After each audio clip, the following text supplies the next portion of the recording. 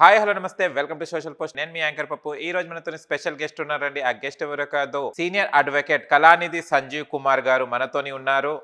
ఇవాళ న్యాయపరమైన చట్టపరమైన సందేహాలు సార్ని అడిగి తెలుసుకోవడానికి ప్రయత్నిద్దాం. నమస్తే సార్. నమస్తే సార్, చూస్తే గనక రీసెంట్లీ మన టీవీలలో హల్చల్ చేస్తున్న టాపిక్ డైవర్స్. అంటే హనీమూన్కి తీసుకెళ్లలేదు, అయోధ్యకు తీసుకెళ్లారన్నది జరిగింది. అక్కడ అసలు ఏం జరిగింది సార్? ఎందుకు ఆ డైవర్స్ తీసుకోవడం జరిగింది? భార్యాభర్తల మధ్య కొత్తగా పెళ్ళైంది వాళ్ళకి లాస్ట్ ఇయరే. వాళ్ళు మధ్యప్రదేశ్ వాళ్ళు మేలో అయింది అనుకోండి వివాహం. ఆ అమ్మాయిని అన్నాడు, భార్యని అన్నాడు, సరే మనం హనీమూన్కి మనం లండన్ వెళ్దాం, నేను తీసుకెళ్తానని చెప్పి అన్నాడు. ఆ తర్వాత కారణాల వల్ల అది వాయిదా అయిపోయింది. మళ్ళీ రీసెంట్గా మొన్న అయోధ్యకి ఫ్లైట్ టికెట్స్ బుక్ చేశాడు.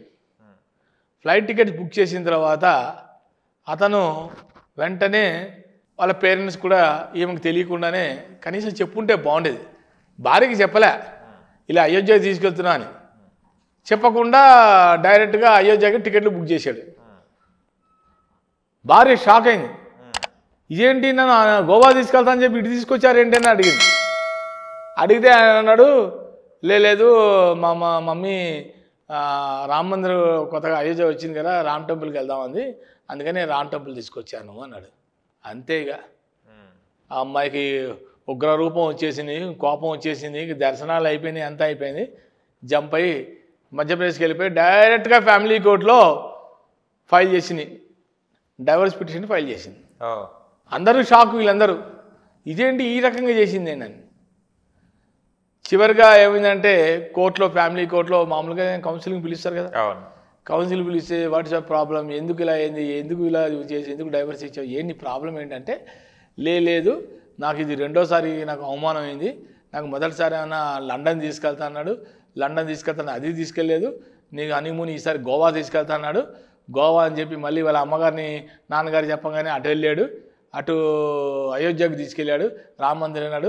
నేను చాలా డిసప్పాయింట్ అయ్యాను, కాబట్టి నాకు ఇలాంటి భర్త నాకు అక్కర్లేదు, ఇలాంటి మోసం చేసి చీటింగ్ చేసేవాళ్ళు నాకు అక్కర్లేదు, కాబట్టి నేను కోర్టులో, ఫ్యామిలీ కోర్టులో నేను డైవర్స్ పిటిషన్ ఫైల్ చేసింది. చివరిగా ఏమైందంటే దీనికి కౌన్సిలింగ్ జరుగుతున్నాయి. కౌన్సిలింగ్ అయితే నేను చెప్పేది ఏంటంటే, ఇంతకుముందు కూడా యూట్యూబ్లో చెప్పా, ఎందుకమ్మా నీకు అంత ఆవేశం, సరే తీసుకెళ్ళలేదు, ఎక్కడికో తీసుకెళ్ళి కదా, రామ మందిర్కే తీసుకెళ్ళింది, కొత్త గుడి అయోధ్య తీసుకెళ్ళాడు కదా, సరే ఆ తల్లిగారి కోరిక తీసుకెళ్ళమని తీసుకెళ్ళాడు, తప్పే ఉంది, కొడుకుగా బాధ్యతగా తీసుకెళ్ళాడు, పేరెంట్స్ దాంట్లో తప్పే ఉంది. సరే వాళ్ళని తీసుకొచ్చిన తర్వాత మీరు మళ్ళీ నెక్స్ట్ టైం గోవాకి పోలేరా? అంతేగా, వెళ్ళొచ్చు కదా గోవాకి. పెద్ద సమస్య. దీంట్లోనే మిస్అండర్స్టాండింగ్ అవ్వాలా, దీంట్లోనే నీకు అంత కోపం వచ్చేయాలా?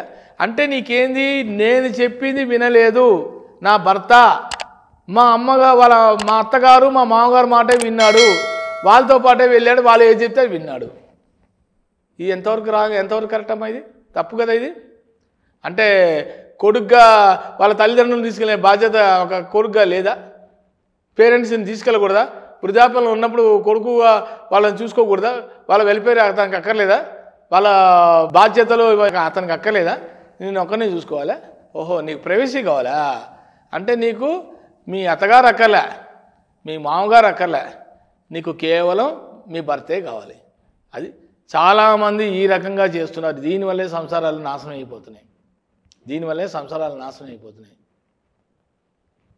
ఇవాళ కాదు రేపు పోలేరా? ఎంతలోకి తీసుకెళ్ళాలి ఆయన? మళ్ళీ ఇద్దరు మంచి well educated IT persons, both or IT persons. Understanding లేదు. చదువుకోని వాళ్ళు వాళ్ళేనే కదా, చదువుకోలేని వాళ్ళు వాళ్ళేనే కదా, వాళ్ళే చక్కగా అండర్స్టాండింగ్తో ఒకరికొకరు అర్థం చేసుకొని ఎన్నో సంవత్సరాలు నిలబడుతున్నాయి, ఎన్నో సంవత్సరాలు కూలిపోవడానికి కారణం ఏంటి? ఈగో. 3 letters ego. నేను చెప్పేదేంటి, నువ్వు వినేదేంటి, నువ్వు చెప్పేదేంటి, నేను వినేదేంటి, ఒకరికొకరు ఈగోలు. ఎందుకంటే both are employees, both are software. కాబట్టి ఈ ఎక్కువ చదువుకున్నా కూడా ఈ రకంగా ఈగోల్ క్లాషెస్. ఎందుకంటే ఆ అమ్మాయికి 1 lakh, ఇతనికి 1 lakh 2 lakhs శాలరీ, నీకు సంపాదిస్తావు, నేను సంపాదిస్తున్నా, నువ్వేంటి నేనేంటి, నువ్వేనా తోపువా అన్నట్టు ఉంది. అట్లా అయిపోయింది. అట్లా నేను ఎన్ని ఫ్యామిలీ కోర్సులు వెళ్ళినా నా కళ్ళలోంచి వాటరే వస్తుంది. చిన్న పిల్లలు 25 years 28 ఇయర్స్ పిల్ల అది చూస్తే నాకు మన పిల్లలు వాళ్ళు జాలేస్తుంది నాకు. ఎందుకమ్మా ఇలా ఆవేశం? ఈ ఆవేశం మనకి ఏం నిలబడుతుంది? కాపురాలు నిలబడతాయా? ఒక్క సెకండ్ ఇద్దరు కూర్చొని ఆలోచిస్తే మీ ప్రాబ్లం సాల్వ్ అవుతుంది కదా. దీనికోసం రోడ్డు మీద దాకా వెళ్ళి, టీవీ దాకా వెళ్ళి, మీడియా దాకా వెళ్ళి, మీడియా వాళ్ళకి ఇదే కావాలి, వాళ్ళకి న్యూస్ కావాలి, ఏదో ఒక న్యూస్ కావాలి, వాళ్ళకి కావాలి. కానీ మీ పరువు అయితే మొత్తం పోయిందిగా బయటకి.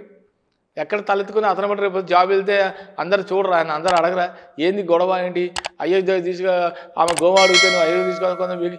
కొంతమంది క్రిటిసైజ్ చేసేవాళ్ళు ఉంటారు, కొంతమంది కావాలని హేళన నవ్వుతూ ఉండేవాళ్ళు ఉంటారు. ఇవన్నీ అవసరమా? కాబట్టి ఈ రకంగా భార్యాభర్తల మధ్య అన్యోన్యంగా ఉండవలసిన వాళ్ళు ఈ రకంగా విడిపోతున్నారు. చాలా కేసులు వస్తున్నాయి ఫ్యామిలీ కోర్టులో, రోజుకి పుట్టలు కేసులు వస్తున్నాయి. ఎందుకంటే ఏ కాపురం కూడా ఒక 6 నెలలు 8 నెలలు ఈ సంవత్సరం కూడా ఎవడో నిలబట్టలే. అంతే. కొన్ని కేసులు అయితే వాళ్ళకి పెళ్ళైనప్పటి నుంచే ప్రైవసీ కావాలి. వాళ్ళకి ఏంది అత్తగారు మామగారు ఉండకూడదు, వాళ్ళే ఉండాలి, అన్నీ కొనుక్కోవాలి, కారు కొనుక్కోవాలి, బంగ్లా కొనుక్కోవాలి, ఇండిపెండెంట్ హౌస్ ఉండాలి. అమ్మా నాన్న మీ అమ్మా నాన్న ఉండడానికి వీల్లేదు, మొగుడు తప్ప ఎవరు ఉండడానికి వీల్లేదు. ఈ ప్రకారంగా చాలా కేసులు వస్తున్నాయి ఫ్యామిలీ కోర్టులలో. సరే ప్రైవసీ ఉండాలంటే కొంతకాలం ఉండండి, కానీ పేరెంట్స్ సంగతి చూడాలి కదా. వాళ్ళ వెల్ఫేర్ ఎవరు చూస్తారు మరి? మీరు కాకపోతే వాళ్ళని ఒక కూతురుగా నువ్వు చూడాలి, వాళ్ళని మీ అమ్మా నాన్నలాగా వాళ్ళని ట్రీట్ చేయాలి, అత్తగారిని మామగారిని. అంతే తప్ప మీరు ఏమైనా చేసుకోండి, మాకు సంబంధం లేదు, నేను మా ఆయనే ఉంటాం అనే ధోరణిలో ఉండకూడదు. అది తప్పది, మీ ఉద్దేశం కరెక్ట్ కాదు. దీనివల్లనే కొడుకు కూడా బాబు నాయన అని తల్లి అన్నప్పుడు ఆ బాధ ఎలా ఉంటుంది కొడుకుగా చెప్పుకోలేడు. కొన్ని తల్లిదండ్రులు ఏరా నాన్న అలా డల్గా ఉన్నావు, ఎందుకు అలా ఏడుస్తున్నావు అంటే ఏం లేదు నాన్న అంటాడే. తనలో ఉన్న బాధని తన భార్యతో రూమ్లో గొడవలు అవుతుంటాయి కదా, ఆ బాధలు చెప్పుకోలేని వాళ్ళు కూడా ఎంతోమంది ఉన్నారు. ఈ రకంగా చాలా డ్యామేజ్ అవుతున్నాయి, ఫ్యామిలీస్లో కొలాప్స్ అయిపోతున్నాయి, కూలిపోతున్నాయి సంసారాలు. ఉద్రేకాలు వద్దు, డైవర్సుల దాకా పోకండి. అనవసరంగా కోర్టులో చుట్టూ తిరగటం, మీ టైం వేస్ట్ చేసుకోవటం. కోర్టులో వేసిన తర్వాత ఒక వెంటనే మీకు ఒక రోజులో రావైతే విడాకులు అయితే రావు, దానికి టైం పడుతుంది.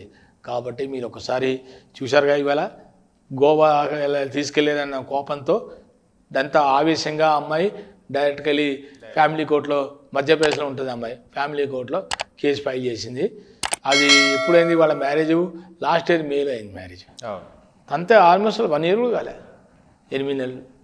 కాబట్టి తొందరపడకండి, ఉద్రేకాలకు పోకండి, ఆవేశాలు పడి అనవసరంగా మీ సంసారాలను పాడు చేసుకోకండి.